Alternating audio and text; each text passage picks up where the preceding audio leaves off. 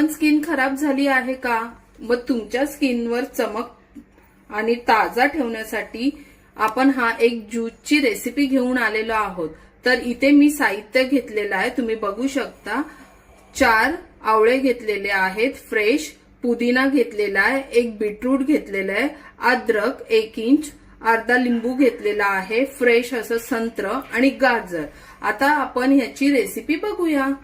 आता इथे मी सगळं साफ करून धुवून स्वच्छ ठेवलेलं आहे। गाजरचं पण साल काढलेली आहे मी, संत्री पण साफ करून ठेवले आहेत, आवळे धुवून ठेवलेत, पुदिना मूठभर घेतलेला आहे आणि बीटरूटची पण साल काढलेली आहे। तुम्ही साल काढा तर चांगला ज्यूस बनतो, म्हणून मी साल काढूनच घेतलेलं आहे, तुम्ही पण साल काढा। आणि अद्रकचं बघा साफ करून घेतलेलं आहे, त्याचं पण साल काढलेला आहे। आता इथे मी खिसणी घेतलेली आहे आणि हा ज्यूस मी मिक्सरच्या भांड्यामध्ये ज्युसरमध्ये बनवणार आहे। तर आता त्याच्यामध्ये थोडे बारीक होत नाही, म्हणून मी खिसून घेणार आहे गाजर, बीटरूट आणि आवळा। तर चला तर मग आता इथे मी बीटरूट, गाजर, आवळा, अद्रक सगळं खिसून घेतलेलं आहे खिसणीमध्ये, तुम्ही बघू शकता। आणि संत्र्याच्या पण आतल्या बिया काढून घेतलेल्या आणि त्याच्या बाहेरच्या शिरा पण काढून घेतलेल्या, तुम्ही बघू शकता। इथे शिरा आहेत त्याच्या, संत्र्याच्या बिया आणि आवळ्याच्या बिया। आता हे आपलं चांगलं खिसून वगैरे झालेलं आहे। आता आपण हे सगळं मिक्सरच्या भांड्यामध्ये टाकूया।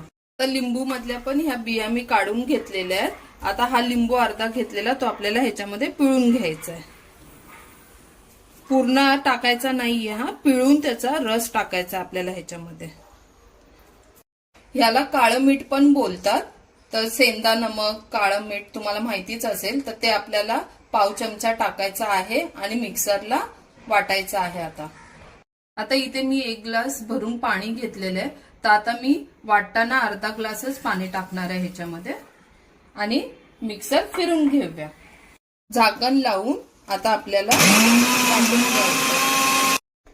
आता हे बघा मिश्रण आपलं चांगलं वाटून झालेलं आहे। आता आपला अर्धा ग्लास पाणी टाकलं होतं, आता हे अजून अर्धा ग्लास पाणी आपण ह्याच्यामध्ये टाकूया। पाणी टाकल्यावर परत इथे तुम्ही बघू शकता आपला ज्यूस रेडी झालेला आहे।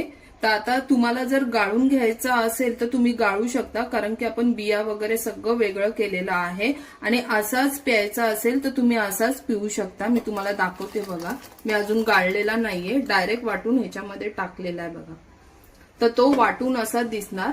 आता मी तुम्हाला गाळून पण दाखवते। आता गाळणीने आपण ज्यूस गाळून घेऊया।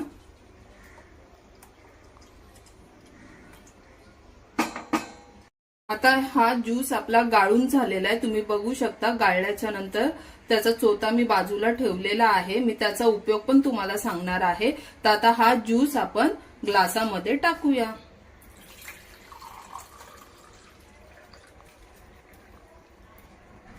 मग आपला ज्यूस तयार झालेला आहे। आपली जी स्किन खराब झालेली आहे त्याला चमक आणण्यासाठी हा ज्यूस तुम्ही 8 दिवसभर पीत राहाल तर तुमची स्किन तुम्हाला उजळून दिसेल, चमकदार होणार आहे। तर हा ज्यूस मी तुमच्यासाठी खास बनवलेला आहे। लहान मुलांना मोठ्यांना पण तुम्ही देऊ शकता आणि जर तुम्हाला असं आंबट गोड पाहिजे तर तुम्ही थोडीशी साखर पण टाकू शकता। आणि हा डाएटसाठी पण खूप फायदेशीर आहे। आणि आवळ्यामध्ये तर तुम्हाला माहिती आहे सी विटॅमिन असतं, ऑरेंज मध्ये पण सी विटॅमिन असतं आणि हे थंडीमध्ये खाल्लेच पाहिजे आणि थंडीमध्येच येतात ही फ्रूट। तर तुम्ही नक्की हा ज्यूस बनवा, केस गळतीसाठी पण छान आहे आणि हा ज्यूस पिया आणि तुमची रोगप्रतिकारक शक्ती वाढवा। आता मी जेवढे साहित्य घेतलेलं त्या साहित्याच्या प्रमाणे तुम्ही जर बनवलं तर तुमचे एवढे मोठे 2 ग्लास ज्यूस बनणार आहे। तर तुम्ही बनवा। आणि मी तुम्हाला एक टिप सांगणार आहे। आता हे मी जे ज्यूस गाळून घेतलेला हा बघा, हा चोथा राहिलेला आहे ना, ह्याचा तुम्ही चेहऱ्याला पॅक पण असा घेऊन चेहऱ्यावर पॅक बनवून पण लावू शकता आणि 5 ते 10 मिनिटं तुम्ही ठेवू शकता, तर तुम्हाला नॅचरल ग्लो येईल या चोथ्याचा। तर तुम्ही हा चोथा टाकून देऊ नका, ह्याचा वापर तुम्ही फेस पॅक बनवण्यासाठी करा आणि खूप छान आहे। 10 ते 15 मिनिटं तुमच्या चेहऱ्याला लावून ठेवा, खूप छान ग्लो येतो वॉश केल्यावर। तर मला नक्की कमेंट्स मध्ये सांगा।